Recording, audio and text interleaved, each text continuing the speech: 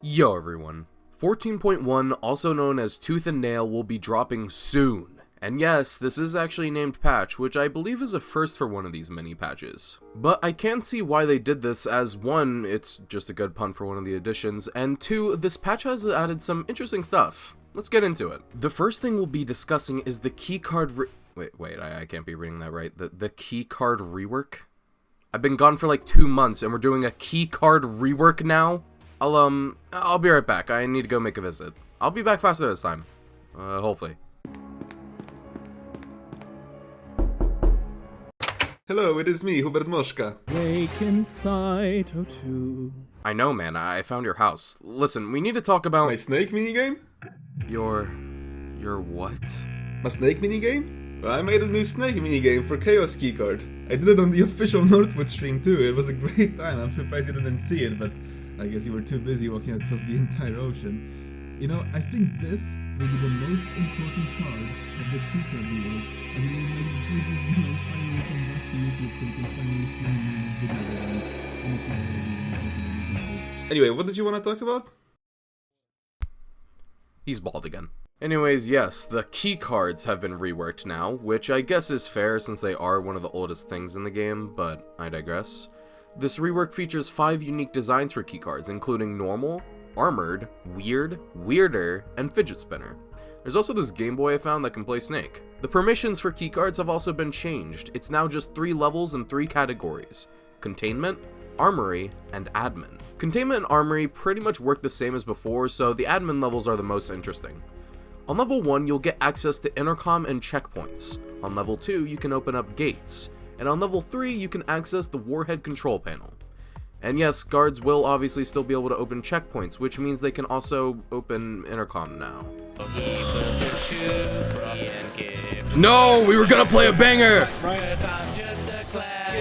Final thing to note is that there's actually a new type of card called the Surface Access Pass that can be used one time to open exit gates. Currently these only spawn in heavy, so screw you if you don't have checkpoint access, I guess. Most of the door panels have also been changed. Keycard scanners show what permission they need, and regular doors display their condition with unique visuals. You know, it's really nice that the Foundation is accommodating the illiterate. I'm sure my Zomboid character will appreciate that.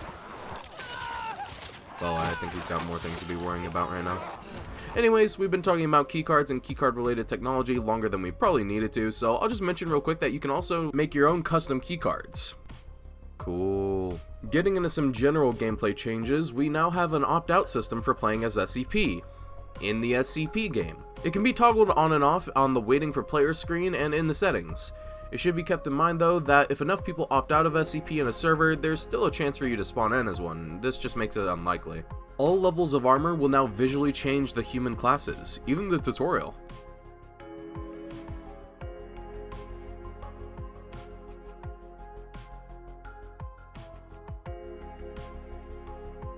SCPs now take a little bit of fall damage from great heights. And I mean great heights. Like, you're not even really going to be feeling this on surface, and the only place where it'd be a serious danger is nuke room elevator. Poor 173's feet. The experimental weapon lockers now have new sounds.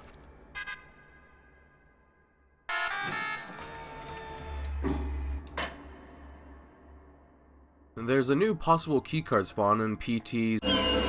Also, 3114 is back in the RA, which means he'll spawn here in PT00 as well, if an admin or a plugin wills it into existence. There's now an accessibility setting for 939 to disable the blur that she has all around her. Weapon workstations now only take a second to boot up, and some ambient audio has been added around Site 02. Alright, time for the meat and potatoes of this update. The changes to influence objectives.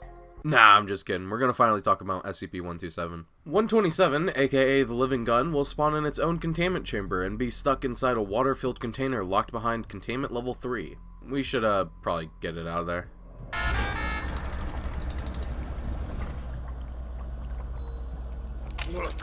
You go about waterboarding. Do your worst. There we go. Here are the base stats for this being.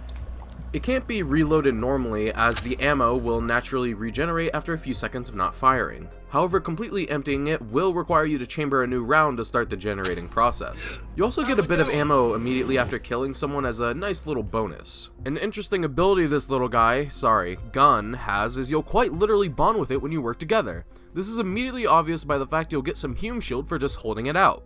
Yeah, humans can have HS now. Call that Human Shield. Keep in mind though that the shield will not stack with AHP. The bond goes much deeper than a simple Hume Shield though. Remember earlier when I showed you the base stats of 127? Well, it's not like you can equip weapon attachments to a living being, so how do these stats change? Well, 127 works on a ranking system that is specific to each player's current life. It starts at rank 1 and can go up to rank 3. It ranks up by dealing out damage and getting kills. Each rank up with 127 will improve a bunch of its stats. Here's how it looks like on each level. Goodbye. You do get to keep all your progress with 127 if you escape, but if you get killed, then it won't recognize you the next time it sees you. A bit sad, really. Nice shot.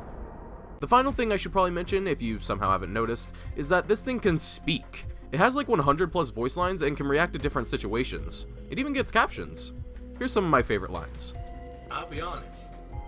I think you're a bit out of place here, boss. Say goodbye to your goons, Doc. No! I have attachment issues. I love him. I love you so much. What the fuck? Okay, so there's quite a few changes to the influence system that dictates spawns, but most of it is still being tweaked, so I'll just be giving you a general picture of the possible features. Killing an enemy soldier now gives you a bit more of a reward. Civilians that are actively armed are now treated like a soldier in regards to kill rewards. Killing a zombie can now give you kill rewards, but this only happens once per zombie. The rewards for damaging SCPs are now distributed a bit differently, and there's a bonus for killing an SCP with an experimental weapon. The micro HID had some changes too, but it's also still being tweaked, so we'll just speedrun it. The time for overcharging the micro is shorter. The quick charge, aka left click attack, now drains slightly slower. The micro is louder and can be heard from farther away. I'm sure 939 mains are rejoicing right now.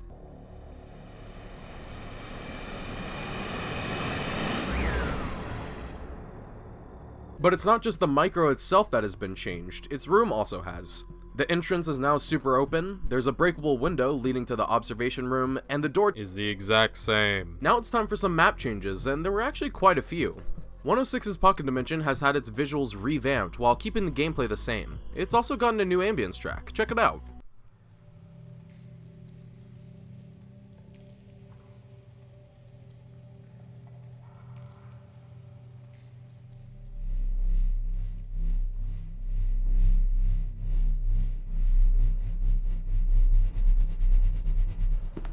Speaking of 106, his containment room has gotten touched up a bit. There's some boxes in the corner here now, there's been some colliders added to block spots you weren't supposed to be in, and there's some metal fences next to these super-powered magnets.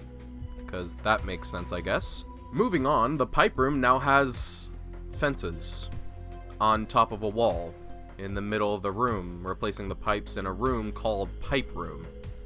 Because that makes sense, I guess. 049/173's outer hallway has been made into Cyto2's loading bay 125. SCP-330 is now only locked behind containment level 1. Shoutouts to all my janitors. The winners of the 2024 art contest now have their pieces hung up in the usual spot in Class D cells. The ceiling cables in heavy containment zone should now work a bit better and not end abruptly in places. The SCP containment chamber rooms now have their very own plaques issued by Cyto2, properly designating their number, containment class, and even the project lead for their continued research. The generator spots in 939's room and the outer nuke room have been moved. A camera got moved in the heavy containment zone armory to allow for a little bit better visibility. There's a floor panel for HCZ door frames now. I'll be honest, I never even noticed this wasn't a thing. The benches and entrance zone have some new colliders. There's some new lore around the place. The lore video is coming out within a decade, I swear. The model for regular lockers have been changed. I think it's still being worked on though, cause, where are the holes? And the textures. Oh, also add some sticky notes and photos in here. That'd be sick for world building. And finally, I am happy to announce that after many years in development, the change we've all been waiting for to Surface Zone is finally here. The Starry Sky is back. Oh, also there's now some static spotlights at Gate B and animated ones at Gate A. Anyways, that's the main stuff in 14.1 for now. There'll be more added and changed throughout the Patreon beta, so keep an eye out. Also, there's a bunch of fixes and technical changes in this update, but I prefer just covering the content itself, so I'll see if I can leave a full changelog in the description. If it's not there, then I do apologize. Also, sorry for being late on covering this, but really, I'm right on time. Have a nice day, everyone.